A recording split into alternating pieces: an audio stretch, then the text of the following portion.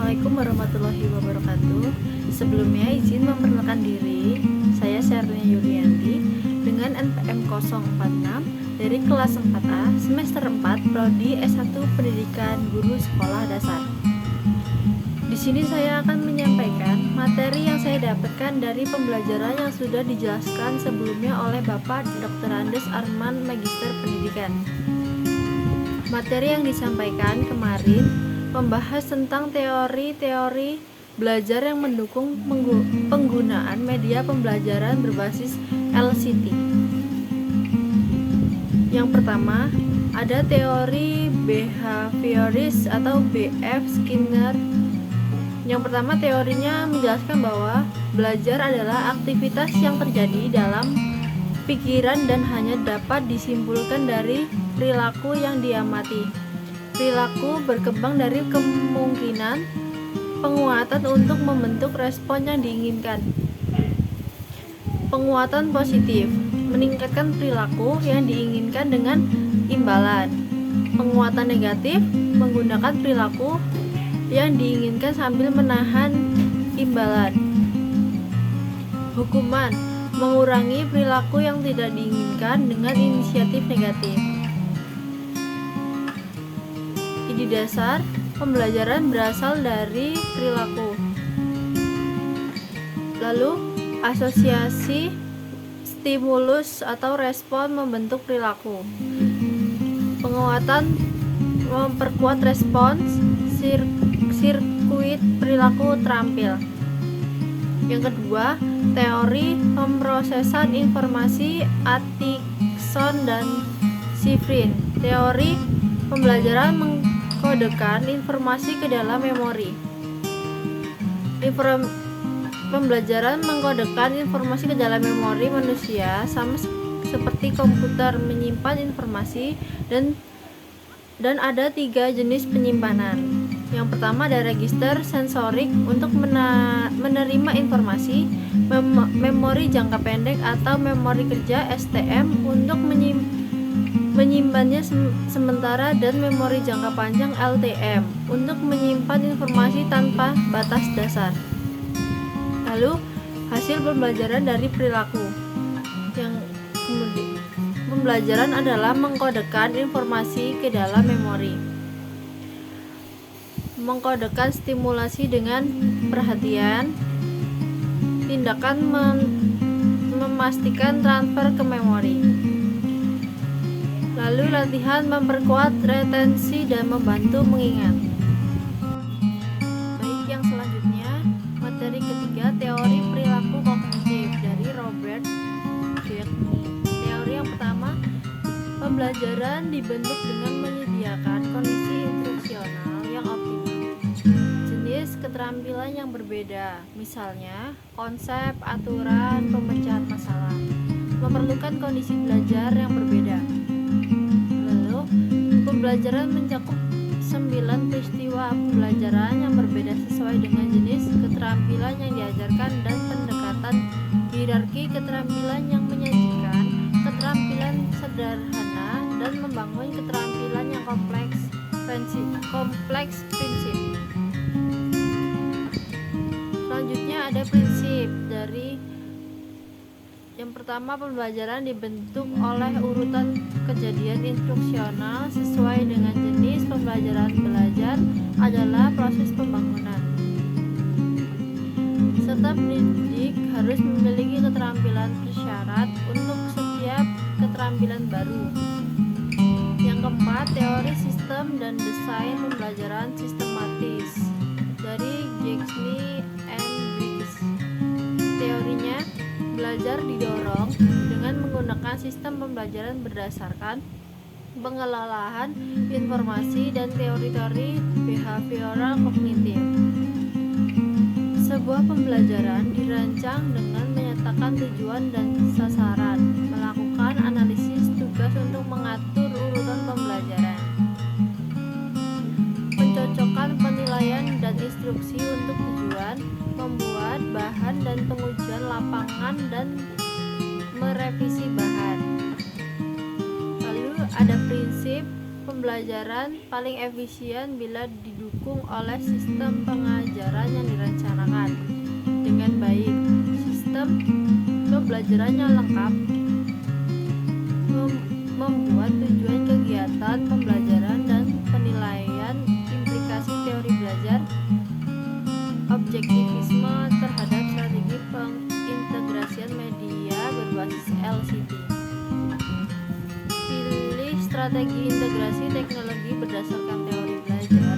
Objektivitas ketika keterampilan dan konten yang akan dipelajari didefinisikan dengan jelas, konkret, dan tidak ambigu, dan respon perilaku tertentu dapat mengindikasikan pembelajaran. Kemudian siswa membutuhkan bimbingan atau latihan individu untuk belajar dan mendemonstrasikan keterampilan prasyarat. Lalu siswa perlu memperoleh keterampilan. Selanjutnya, yang kelima, teori aktivisme sosial menurut John Dewey. Belajar adalah pertumbuhan individu yang muncul melalui pengalaman sosial.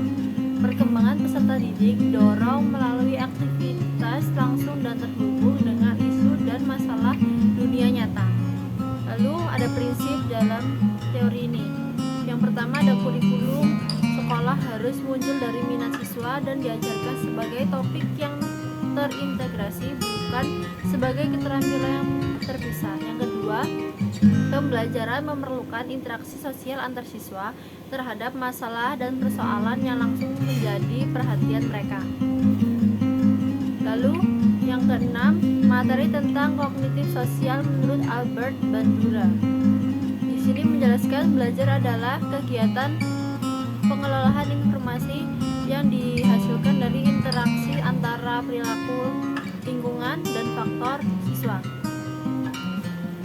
Siswa belajar baik melalui tindakan yang mereka lakukan atau enactivist learning, atau melalui mengamati orang lain, vicarious learning.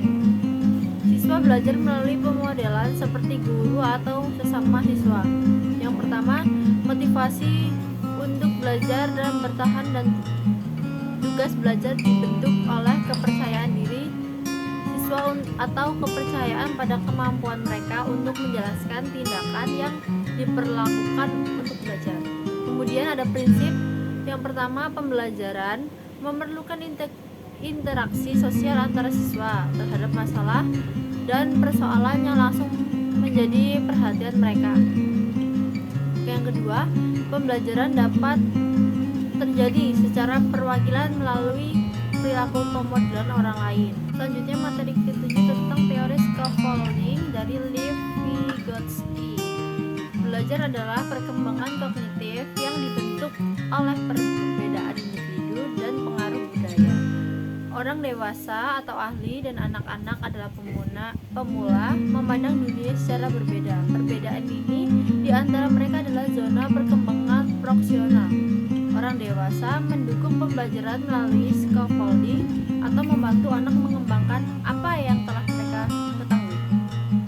Kemudian ada prinsip pembelajaran berjalan dengan baik ketika siswa mendapat bantuan dari para ahli untuk mengembangkan apa yang telah mereka ketahui. Kemudian lalu latar belakang setiap pembelajaran membentuk bagaimana dia belajar. Kemudian ada materi ke-8, teori tentang perkembangan anak dari Jan Piaget. Belajar adalah pertumbuhan kognitif melalui pematangan neurologis dan sosial. Anak melalui tahapan perkembangan kognitif atau sensori motor, praoperasional, konkret, dan operasi formal dengan berinteraksi dengan lingkungannya.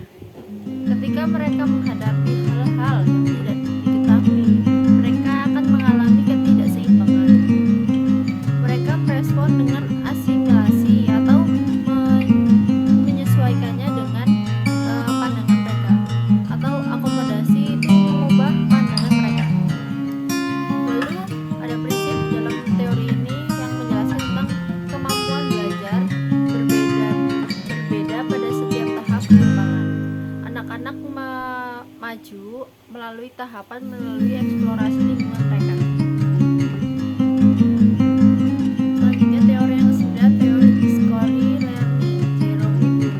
Belajar adalah pertumbuhan kognitif yang melalui interaksi dengan lingkungan.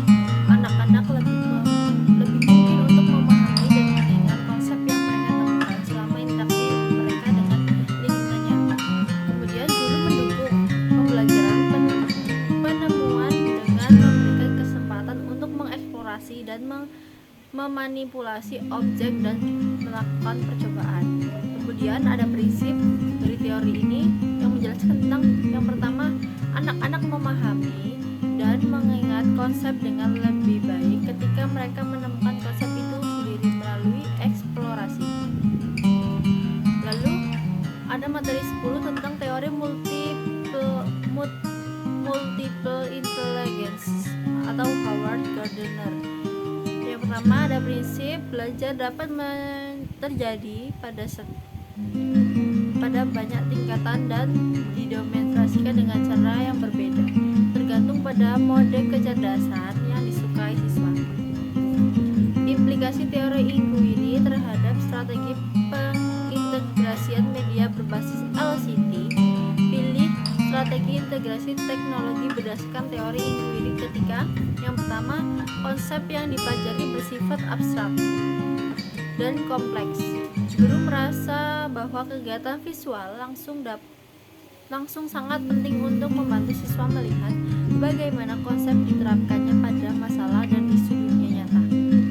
Lalu, guru ingin mendorong kolaborasi dan atau mengizinkan cara belajar alternatif dan menunjukkan kompetensi. Baik, segitu saja materi yang dapat saya sampaikan. Saya mohon maaf apabila ada kata yang salah atau ucapan yang terbata-bata. Saya mohon maaf. Saya akhiri. Wassalamualaikum warahmatullahi wabarakatuh.